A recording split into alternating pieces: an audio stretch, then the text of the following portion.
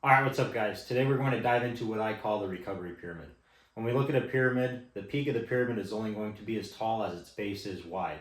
When we're looking at our progress in the gym, our overall goals, whether that might be to lose weight, gain weight, or we're in the performance field, we need to look at everything that we're putting together, kind of like a pyramid, because typically we're trying to peak towards something. You know, if we're on track to lose weight, obviously we're trying to diet down to a certain weight or a certain body composition that we're after. And if we're trying to gain weight, obviously we're trying to tack on a certain amount of muscle or build a certain look that we have been after.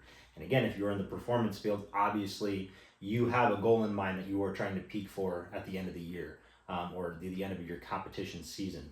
And so when we're looking at all of these things that come together, the base of our pyramid is going to be comprised of these three aspects, in my opinion, because they all boil down to recovery. You can do whatever you want in the gym, you can do whatever you want in practice, you can live your life in any way that you want.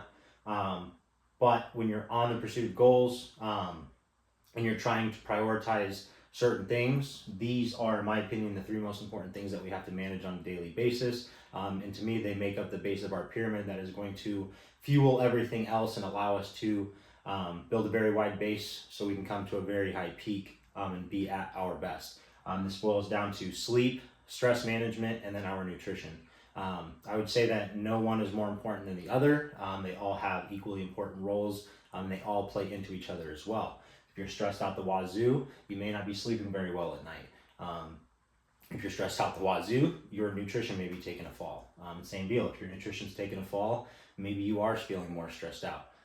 And likewise, if your sleep's not on point, you may feel more stressed out. So these all play into each other. There's no one that's going to be more important than the other, but they're all going to have an effect on one another. And so prioritizing these three things, finding a way that you can construct your life to ensure that you are mitigating the stress in your life, you're able to eat the proper foods that are going to fuel you for your goals, and getting adequate sleep on a daily basis is going to ensure that you are building a very wide base to build off of and giving yourself the best chance to succeed, and build the highest peak possible, to be at your best towards the end of, like I said, your competition season or the end of your dieting phase for whatever your goals may be.